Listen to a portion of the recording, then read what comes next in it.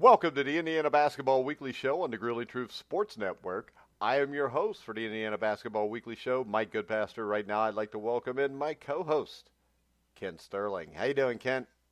I could not be better, Mike. I am happier than a clam. I am thrilled Indiana's back on the winning path. Oh, you ended your sentence without a period. I wasn't ready, Kent. I'm so happy I'm not willing to end a sentence. All right, so what we saw last night is this. Indiana's really good when Devontae Green hits his shots, and Yes. he hit his shots last night, 7 threes, 27 points. I thought the key to this game was right around the 15-minute mark, he hits his first three, and a few minutes later he hits his, fourth three? So Yeah. my question is, what do we read into this? Because we've seen this before. We saw it against Florida State. Now we're seeing it again. We saw it against Ohio State. But the question is, do we believe this yet, or is this fool's gold? Well, here's the thing. And Indiana fans aren't going to like this, but Iowa did not defend well. And because Iowa didn't defend well, Indiana made a lot of shots. I mean, if you don't defend Devontae Green out on the perimeter, he's going to make shots. You know, this isn't like mysterious. This is, basketball 101. You leave college basketball shooters, one as good as Devontae Green alone on the wing, he is going to make shots. And that's what happened yesterday. I thought Iowa was absolutely abysmal defending Indiana throughout that entire game. They usually are, though. That's the Iowa problem. I mean, when you watch them, their issues defending for Indiana. What I like with what Miller did is I think he let Garza get his and then just concentrated on Wieskamp, McCaffrey, and Frederick. And once he concentrated on those guys, you let the big dog get his, and then you just try to limit the rest of the guys. And I think they did that really well. You know, he did do that well. In Indiana, I think really fortunate that Frederick got hurt. Terrible for the kid, but I think really fortunate for Indiana because they become easier to defend when they don't have the 47% guy from beyond the arc standing out there that you've got to respect. Spacing the floor becomes a problem for Iowa. And so it's not like Indiana didn't play well and that they didn't cause some of this that led to their victory, but some of this was circumstance and some of this was Iowa. They say that defense travels. Well, it doesn't travel for Iowa. They are terrible defensively away from Carver Hawkeye Arena, and they're pretty good at it. Now, the one thing that concerns me is the 16 turnovers still. Too many turnovers. Yeah. And that's another thing that Iowa's not a good defensive team. Indiana still turns the ball over 16 times. And I hate to be negative, but I'm going to be for a little while before we get to the positive stuff, which is going to come right after this. But my concern here is the 16 turnovers, and I think they did a great job of taking care of the ball. But over the game's last 26 minutes, they turned the ball over 16 times. And once again, from like the 12-minute to 6-minute mark, Indiana doesn't score a basket. Luckily, Iowa couldn't either. It really reminded me a little of the game at Nebraska, where Indiana got the big lead. They go through like a 7 or 8 minute dry spell, but Nebraska's not hitting their shots. Iowa was missing theirs last night. So that's another thing that concerns me, the fact that you have another 7-minute dead period here, but they were able to overcome it. But I don't know if they overcame it or Iowa just didn't shoot the ball well last night. Well, and that's exactly the thing. When Iowa got a stop or Indiana just puked the ball up, Iowa didn't do anything with it. And that obviously played into the hands of what Indiana needed. I think that I use one of those teams, and this is Devontae Green, and God bless, wonderful 7 of 11 and all of that, and they won the game in large part because of Devontae Green. But Devontae Green's the kind of guy, when you get up 16 points early in the second half, what he does is just unfathomable. He forgets that Indiana needs to take good care of the basketball in order to continue to play well. And so you've got another bad lob. You've got him dribbling it off his foot in, a congested area where he doesn't need to be. They need to hurry it up. He makes decisions that are just so abysmal during a portion of the game where you really have your foot on the throat of the opposing team. It just, I mean, you look at that game against Maryland, and that may wind up being the game that keeps Indiana out of the NCAA tournament. That game, you look at the turnover against the press late. I know they've been working on it, but you just can't turn the ball over like that and play basketball successfully. Yeah. You can't. And if people are listening, they're probably thinking, well, you guys always rip Devontae Green, and he plays great. But right. The thing is this. If I see this again against Michigan on the road, I mean, can we remember a game where Devontae Green went off like this on the road and got IU a big win? You know, I think he did it at Michigan State last year, but don't hold me to that. I know Indiana beat Michigan State last year, and I think it was him up there who helped get that done. But no, you know, it's like, you know, I hope there's not a backslide, but going on the road and winning just does not seem to be in the DNA of this team. Yeah, and it's going to have to be, because I still think you need another road win here to be able to make sure you're in the tournament. Trace Jackson Davis delivered again, 17 points, 10 rebounds. He scored in double figures in 6 of Indiana's last 7 games. In 13 Big Ten games, he's averaging 13 points, 7.5 rebounds, almost 2 blocks in 29.4 minutes. And I think the one thing we see about him is I think his game is maturing, and this is a consistent thing we're seeing all the time now. You know, he is just really good. He makes good decisions both on the defensive end and the offensive end. He runs the floor great. He just looks like he belongs. And so today, there's kind of a little bit off the beaten path. There's kind of an off-ramp. But I've been going back and forth texting with a guy named Brian Snow. And Brian's a recruiting analyst for 24/7 Sports and a guy who knows a lot of people in basketball. And he is always furious with unrealistic expectations from Indiana fans, and he's of the belief that Indiana fans, number one, are dumb about basketball, and number two, are part of the cause for Indiana not being very good as a program. So I'm going back with him about that, and my perspective is, and why I believe that my perspective about Indiana is reasonable, is because I look at Trace Jackson Davis, and I see a piece of a really, really successful puzzle. It's not, we don't, as Indiana fans, point at every single guy and expect stuff that they can't do. And we don't expect from a coach like Archie Miller, you know what, he's got to behave somehow outside the realm of responsibility with coaching and run everybody off the team. We don't think that. And the way I believe Trace works, and the way even Rob, to an extent, a lot of turnovers last night, but I'm not mad about it. That's okay. We understand that Justin Smith offensively, not a great force for good, but a guy who is a very, very versatile defender and a guy around whom you can kind of function defensively at a level that allows you to compete. We see lots of good things in Indiana. And Trace Jackson Davis is really one of those things. And he's one of the reasons that next year, Indiana, with Archie Miller as the coach, is going to be a much, much better team, and fans are going to be much happier. Another guy who I think is going to be a big part of this season that played a bigger part last night than he has been, Race Thompson. 4 for 6 shooting, 4 rebounds, 4 steals, 2 block shots. I thought Race Thompson, outside of Devontae Green's hot spot there and Trace Jackson Davis doing what he does, Race Thompson was a big part of this also. And that's exactly what they need out of him. They need him to make good decisions defensively, and then be a guy on the offensive end who's going to set some screens, who's going to get some cheap buckets, who can get his wide butt into a defender on the post, accept the ball and either kick it out or put it in off the glass. He did. I know it's kind of a matchup thing with him where you kind of have to play Trace at the 5 and then Race at the 4.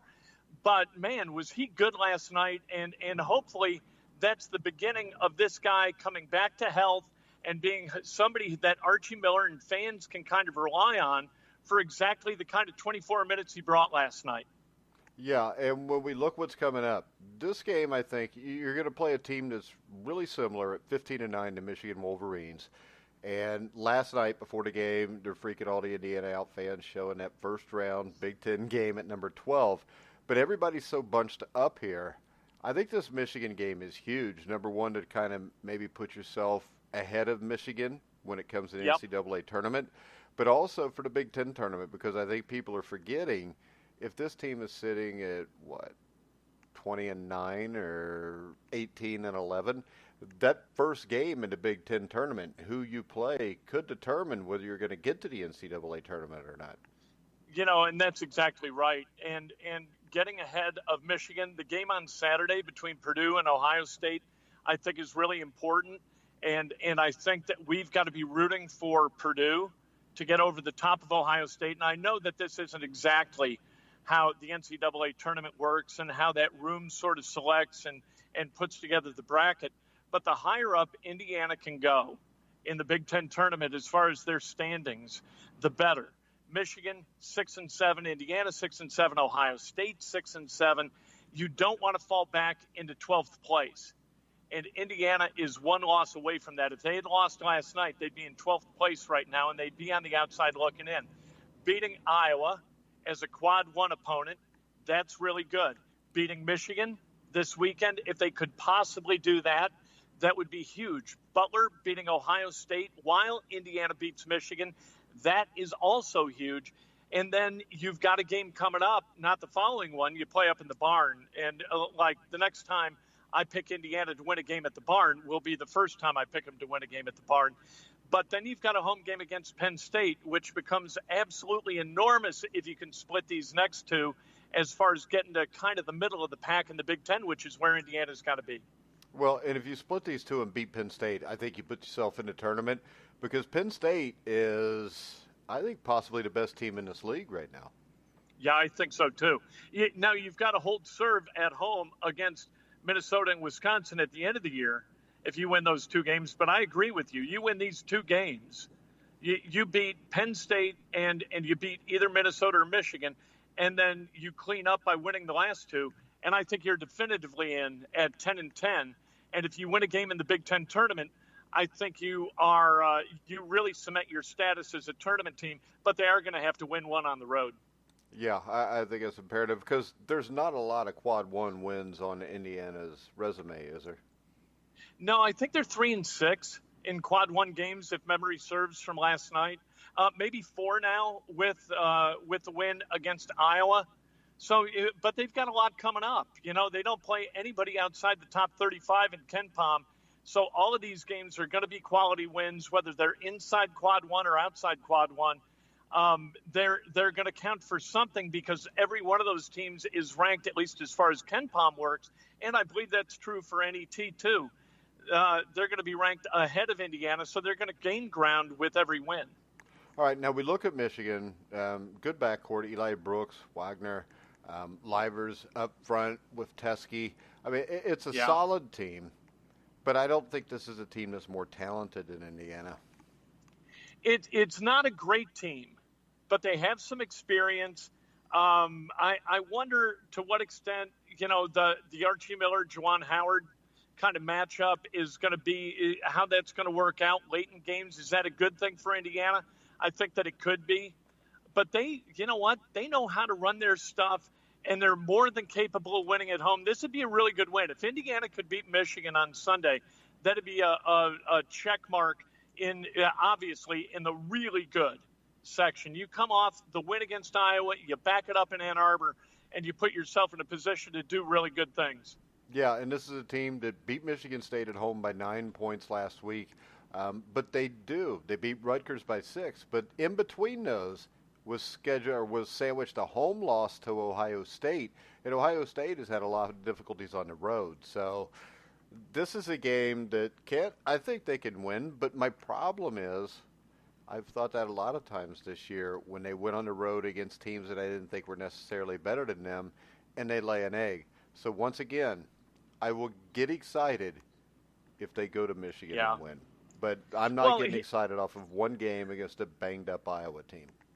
And here's the thing, too, is that, you know what, if IU plays well at Michigan and they have the same kind of advantage that they had against Iowa, and they get off to that kind of a good start, you know what, they're going to have to take good care of the basketball.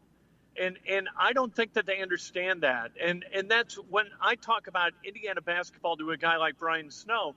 What I'm talking about is a possession-by-possession game where guys understand that it's a grind and that they can't just throw the ball away, whether they're up 16 or they're up 6 or they're down 6. You've got to take really good care of the basketball, and you have to maximize your opportunities offensively. You saw early in the game when IU, I think they were down 9-5 or 9-6. They're running the shot clock down to 2 or 3, and they're getting it to a guy like Joey Brunk, who's not one of your primary scorers, and he's not going to be able to put the ball in the bucket. And then you look sideways at Joey Brunk. Well, it's not Brunk's fault that he accepted a pass with 2 seconds left on the shot clock. What the hell is he supposed to do? You've got to take good care of the basketball, and you have to play fundamentally sound on the offensive and defensive end every possession if you're going to win these games. And Indiana just hasn't shown the discipline or the capacity to get that done. Yeah, and when we look, what are they right now? 16-8. IU? Yeah. Yeah, they need 4 more wins. I know they've got 16 wins. Yeah, and they've only got 3 home games left. Yes. And one of those home games is against Penn State. That's not a game that I would bet on Indiana, even though maybe Devontae can go off. But if you lose the Penn State game, which I think we all could agree that looking at it with our heads is going to be a really hard game to get, then right. You're looking at 3-4, but that 3-4 is only if you beat Minnesota or Michigan. So if you're at 19 and what would they be at 3-4? 19-12.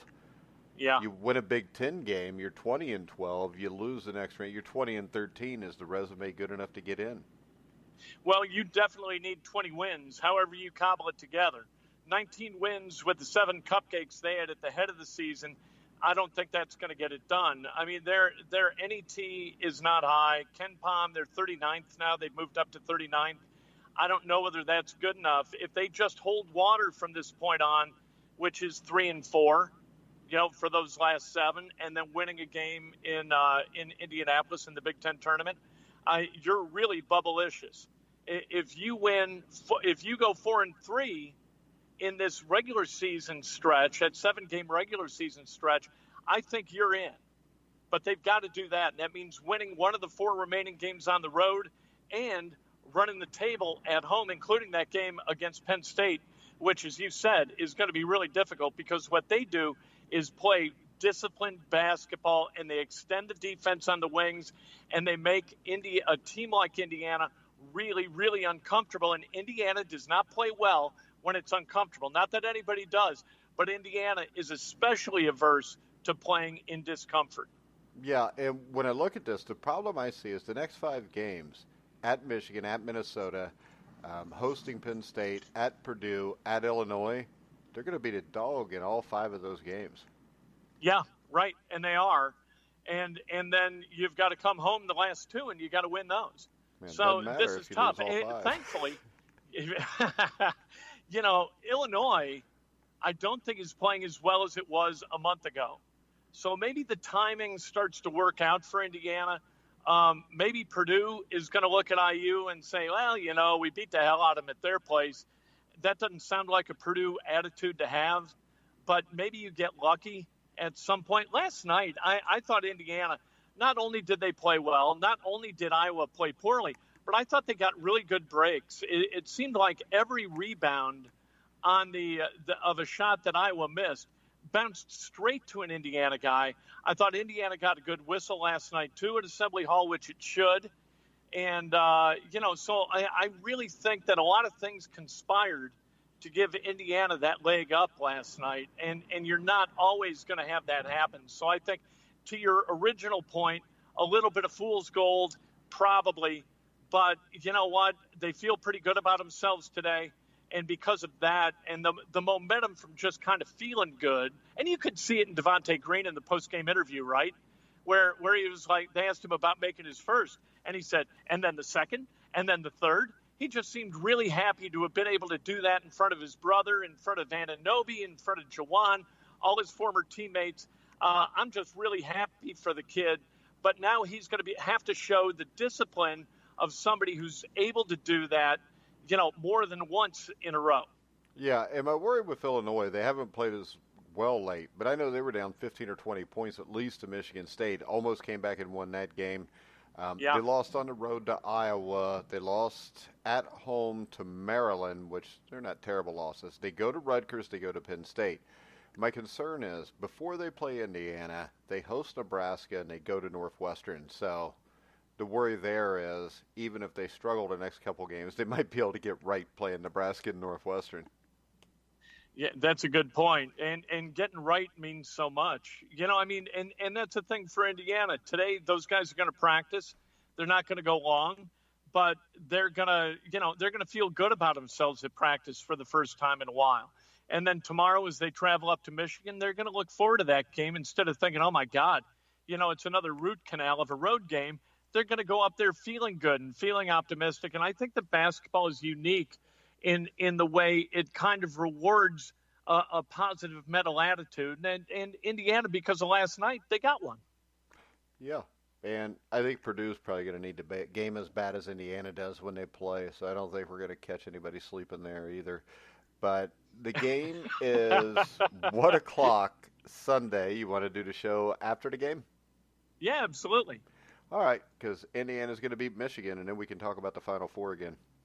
That'd be fantastic. That'd be, and you know what, honest to God, and I know that people listen, and anybody who listens to this is kind of an Indiana guy and an Indiana fan, but I get so tired of the people outside of Indiana looking down their noses at Indiana fans and thinking that somehow we're asking the impossible of a group of basketball players, and really all we're doing is trying to hold them accountable in our own minds, possession by possession, for playing good, responsible basketball. I don't think that's a sin.